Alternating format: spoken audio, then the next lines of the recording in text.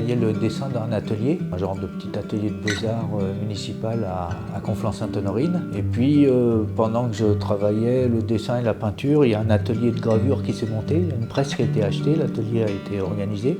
Et mon professeur de dessin m'a conseillé de m'inscrire à la gravure. Ça m'emballait pas trop, mais je l'ai quand même fait pour essayer.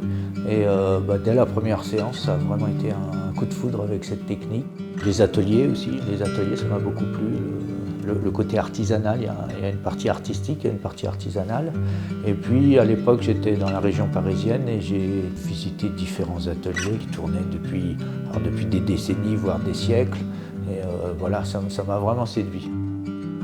Je fais beaucoup de dessins, alors des dessins que je fais sur le vif, d'après nature, que je fais d'après des documents, que je fais d'imagination.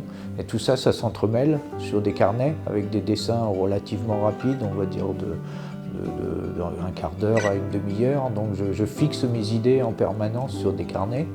Et puis après, de ces carnets, quand il y a un croquis qui m'inspire un peu, je le développe sur des plaques gravées.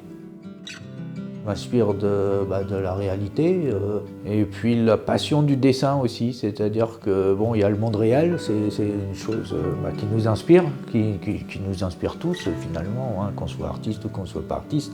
On apprécie tous la beauté de l'automne ou la beauté de certaines villes ou de certains paysages. Et après, c'est aussi l'amour du dessin et de la gravure, c'est-à-dire que d'une certaine réalité, on va pouvoir la transposer dans l'imaginaire en s'inspirant de quelque chose de réel, mais en allant un peu plus loin, et puis en le traitant de façon graphique.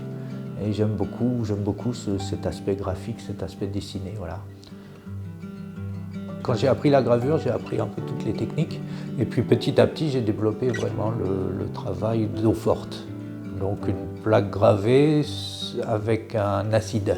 C'est-à-dire qu'on dépose un vernis sur la plaque de cuivre, on dessine avec une pointe sur la plaque de cuivre l'ensemble du dessin, on plonge le cuivre dans de l'acide et c'est l'acide qui va graver les tailles en profondeur. Alors ce n'est pas seulement sur une seule morsure, hein, il y a toute une cuisine d'acide qui fait qu'on peut mordre certaines parties plus que d'autres parties, ce qui va donner des nuances de clair-obscur, des noirs un peu différents les uns des autres.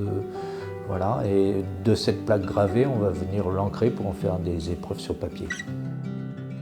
Effectivement, on a quand même une idée de ce qu'on a envie de faire sur la fin, mais parfois il y a des choses qui apparaissent qui vont être bienvenues, et donc dans ce cas-là on en profite, on est plutôt content. Des choses plutôt qu'on n'avait pas vraiment prévues, donc il faut arriver à les intégrer, il faut arriver à travailler avec ça, quoi.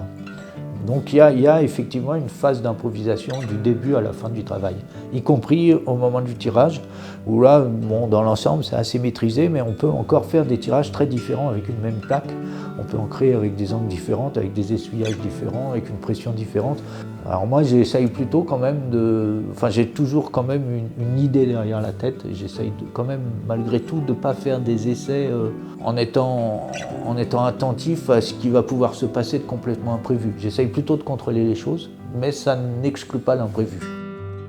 Je pense que j'ai même eu beaucoup de chance parce que ce soit au niveau de ma vie, hein, ça m'a rendu vraiment heureux de vivre dans un atelier, de vivre de la gravure, ça m'a vraiment rendu heureux. Et au niveau de la technique, je pense que j'ai eu beaucoup de chance, que c'est une technique peu connue et j'avais assez peu de chance dans la vie de devenir graveur. Ça a été vraiment un hasard qui s'est fait, que j'ai essayé un jour, ça m'a plu, j'ai continué, mais c'était pas écrit d'avance, j'ai pas fait de parcours comme ça c'est pas venu petit à petit depuis le début. J'encourage les gens à aller voir des expositions de gravure.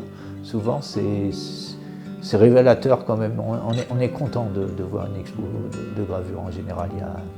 C'est peu connu, donc on découvre énormément de choses. Et il y a beaucoup à découvrir, c'est-à-dire qu'on en a des années, pas à faire le tour, mais on peut travailler pendant des années en regardant de la gravure.